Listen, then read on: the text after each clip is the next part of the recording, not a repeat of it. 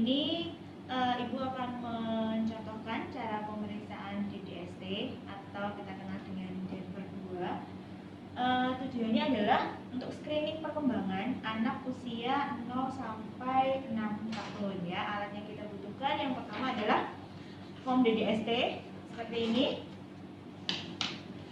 Kemarin adik-adik sudah saya sampaikan ya untuk form DDST-nya dalam bentuk PDF. Ini bagian lembar belakang ya. Kemudian kita butuh penggaris, kita butuh pensil ya. Kemudian ini ada set DDST ya. Nanti bisa kita gunakan. Oke. Yang pertama seperti biasa kita kenal dulu ke pasien ya, ke orang tuanya. Selamat siang Ibu, perkenalkan saya Lala. Hari ini saya akan melakukan pemeriksaan perkembangan pada anak Ibu. Tujuannya adalah untuk mendeteksi apakah ada gangguan perkembangan atau tidak sesuai dengan usianya. Sebelum kita mulai, apakah ada yang mau ditanyakan? Wah, kalau tidak ada, waktunya kurang lebih selama 7 menit. Kita mulai sekarang ya Bu ya. Oke. Kemudian saya akan menjelaskan dulu tentang bagian-bagian dari DDST ya. Jadi kalau di DDST ini itu kan ada form yang warnanya putih sama hijau ya. Seperti ini saya tuliskan juga di sini ya. Jadi ada 25, 75 dan 90. Yang 90 itu warnanya hijau atau saya arsir. Maksudnya apa? Artinya adalah ketika nanti garis umur itu melewati 75-90, melewati warna hijau, artinya anak harus bisa menguasai 75 sampai 90% perkembangan tersebut ya, item perkembangan. Kalau yang dilewati di sini 25-75 artinya dia hanya boleh atau bisa menguasai 25 sampai 75% ya.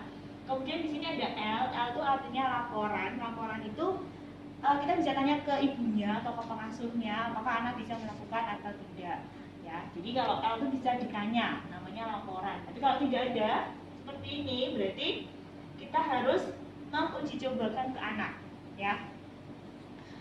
Baik, di DDST itu nanti ada 4 item ya.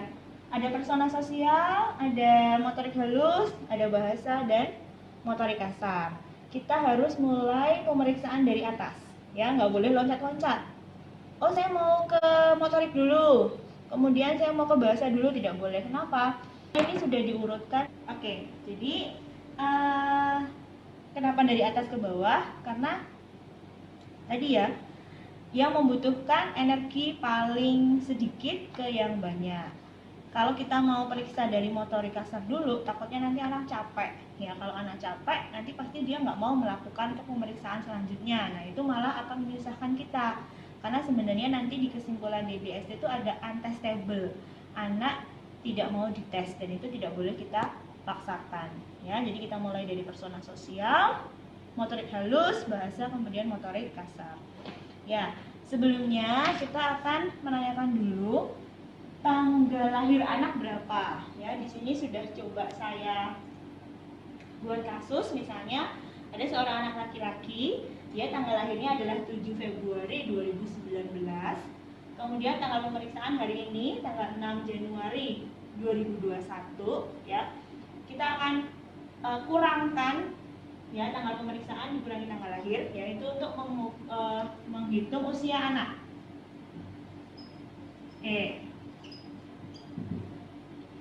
Yang pertama, 6 dikurangi 7 kan nggak bisa ya.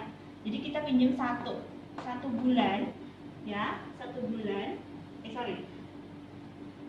bulan itu ada 30 hari ya kan.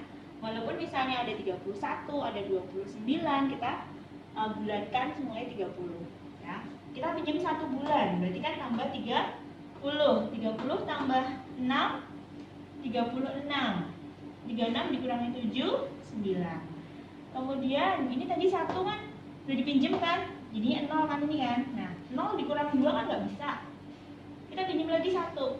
Satunya di sini adalah 1 tahun. 1 tahun ada 12 bulan. Berarti Di sini 12. 12 tambah 0 adalah 12. 12 dikurangi 2, 10. Kemudian ini udah dipinjamkan, tinggal 2020 dikurangi 2019 adalah 1 tahun. Jadi usianya adalah 1 tahun, 10 bulan, 9 hari. Nah, untuk ketentuan hari, kita juga ada pembulatan. Lebih dari sama dengan 15 hari, itu dibulatkan jadi 1 bulan. Nah, karena ini 9 hari, makanya kita hapus. Ya, jadi 1 tahun itu ada 12, ya. Tambah 10, 12 bulan, tambah 10 bulan, umurnya adalah 22 bulan. Kemudian kita lihat di form DDST-nya, kita cari 22, kemudian kita garis ya, atas sampai ke bawah. Oke. Kemudian yang perlu kita lakukan selanjutnya adalah, kita kan tadi mulai dari personal sosial ya. Personal sosial. Nah, kita akan ukur item yang tidak dilewati garis dulu. Jadi kita mengukur yang tidak dilewati garis dulu.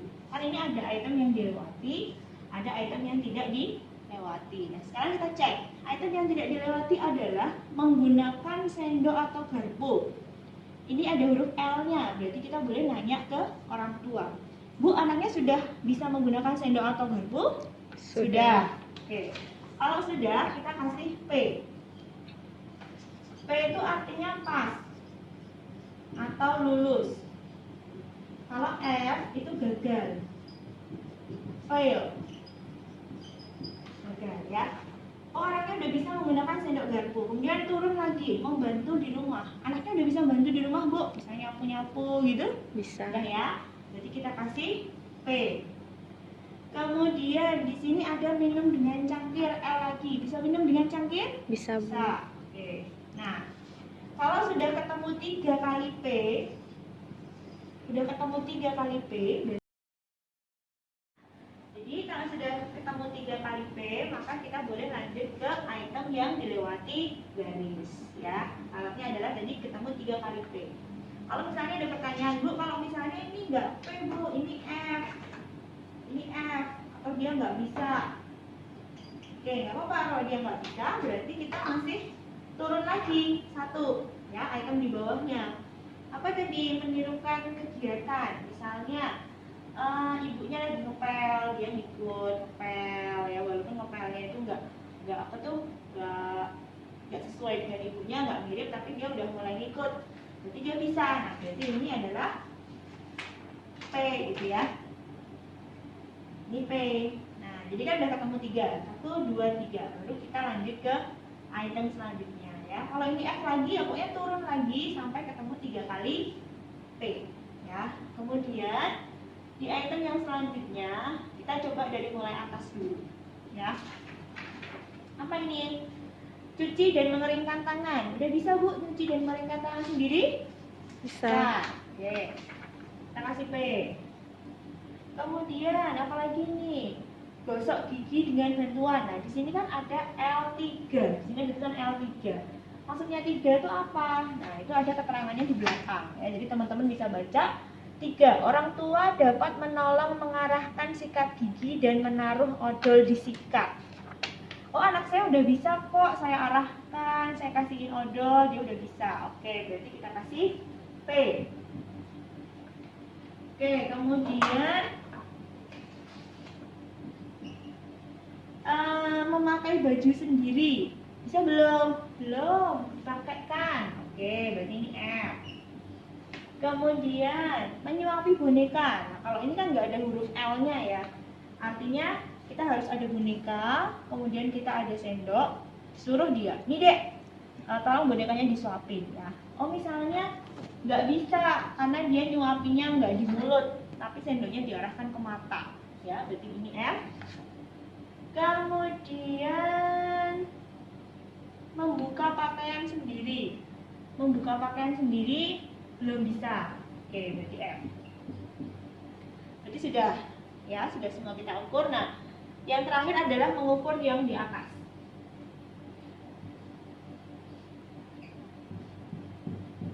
Mengukur yang di atas. Nah, yang di atas ini Kapan kita berhenti mengukurnya? Sampai ketemu F. Ya. Misalnya menyebut nama teman. Bisa nggak nyebut nama temannya, Dek? Coba sebutin nama temannya siapa. Misalnya dia diem aja, nggak ngerti. Nah, berarti kita F. Ya udah, stop sampai sini. Kalau sudah F, jangan dilanjutkan ke atas. Kecuali kalau misalnya di sini nyebut nama teman, Sandra, oke, bisa ya. Berarti kita P. Kita lanjut lagi sampai ketemu F. Memakai t-shirt, oh nggak bisa. Berarti kita F. Seperti ini. Nah, sekarang interpretasinya gini.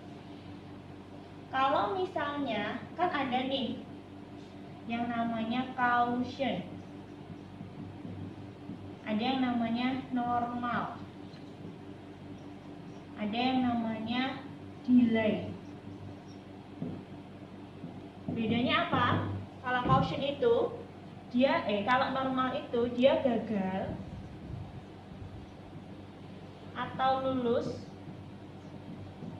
di persentil 25 sampai 75%. Dia gagal atau lulus di persentil 25 sampai 75. Kayak misalkan ini. Ini kan 25 sampai 75 ya. Ini ya, yang enggak ada warna hijau ya, putih ya. Oh, dia pas lulus, berarti dia normal. Ini lulus, dia normal. Ini gagal tapi di persentil 25 sampai 75, ini normal. Jelas ya? Nah, sekarang kalau caution. Caution itu dia gagal di persentil 75 sampai 90. Itu caution. Contohnya ini. Ini kan persentil 75 90 nih, ya, yang warna hijau. Dia gagal kan? Berarti ini adalah caution. Ini juga gagal di 75 90, ini namanya caution. Kalau misalnya ini pas lulus, yang namanya lulus kan normal ya, nggak usah kita permasalahkan. Yang kita masalahin adalah gagal-gagal. Nah, terus dikatakan delay itu gimana? Delay itu jika gagal pada item yang tidak dilewati garis. Yang tidak dilewati garis. Contohnya mana? Ini. Ini kan udah nggak dilewati garis nih, garisnya di sini kan? Dia gagal. Nah, ini yang namanya delay.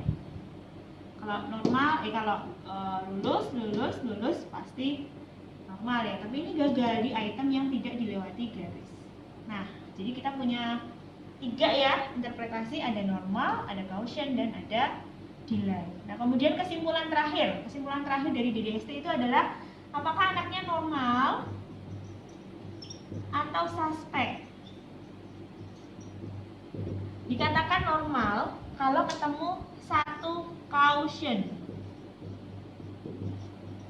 Kalau ketemu satu caution itu masih normal, ya, nggak masalah. Dikatakan suspek kalau ketemu 2 caution atau 1 delay. Nah, ini tidak hanya di persona sosial ya. Nanti kan kita coba semua dari persona sosial, motorik halus, motorik kasar, bahasa. Nanti kita jumlahkan. Oh, di persona sosial ada 1 caution, di bahasa ada 1. Oh, berarti ketemu 2 caution nih. Berarti kesimpulannya adalah suspek. Jadi kesimpulannya itu untuk semua sektor. Oke, jadi tadi kesimpulannya adalah bahwa ada berapa caution dan delay untuk semua sektor. Nah, misalkan kita ketemu tadi 1 caution, seperti contohnya di kasus ini ya, kita hitung ya. Jadi untuk persona sosialnya kan sudah ada 2 caution dan 1 delay, berarti jelas bahwa dia sudah suspek ya. Belum kita hitung yang motorik, bahasa, dan motorik kasar ya. Nanti bisa dilanjutkan sendiri ya. Intinya dari persona sosial aja udah ketahuan kalau dia suspek. Nah, sekarang kita harus ngasih tahu orang tuanya ya. Kita kasih tahu bahwa Pak atau Bu, ini adik kan ada beberapa yang mengalami keterlambatan ya. Misalnya contohnya yang ini tadi, adik belum bisa menyuapi boneka. Tadi ketika saya minta menyuapi boneka, ternyata malah yang disuapi matanya. Nah, berarti nanti di rumah ibu harus menyediakan boneka, kemudian sendok, dan ajari ya bagaimana cara menyuapi boneka. Kemudian tadi belum bisa memakai baju sendiri. Nah, jadi mulai sekarang dibiasakan anak tuh dikasih baju, kemudian biarkan dia memakai baju sendiri. Jangan sering dibantuin, karena kan ini tindakan kemandirian ya di personal sosial ya. Takutnya kalau sering dibantu malah nanti akan menghambat ke perkembangan selanjutnya. Nah, jadi seperti itu ya. Kalau misalnya kita identifikasi dulu yang FF ini apa, kemudian kita sampaikan stimulasinya ya. Contohnya lagi misalnya dia belum bisa menyusun menara dari 2 kubus. Nah, kubusnya kan katanya yang ini. Berarti nanti kita kasih tahu orang tua, Bu, kalau bisa beli mainan yang edukatif ya, belikan balok-balok seperti ini dengan diameter sekitar 3 cm, kemudian minta dia menyusun. Dan seterusnya ya. Jadi supaya perkembangan anak sesuai dengan usianya ya. Baik, mungkin itu yang bisa saya sampaikan untuk hari ini tentang materi DDST. Kalau ada yang mau ditanyakan, silahkan nanti di forum diskusi. Saya akhiri. Wassalamualaikum warahmatullahi wabarakatuh. Selamat siang.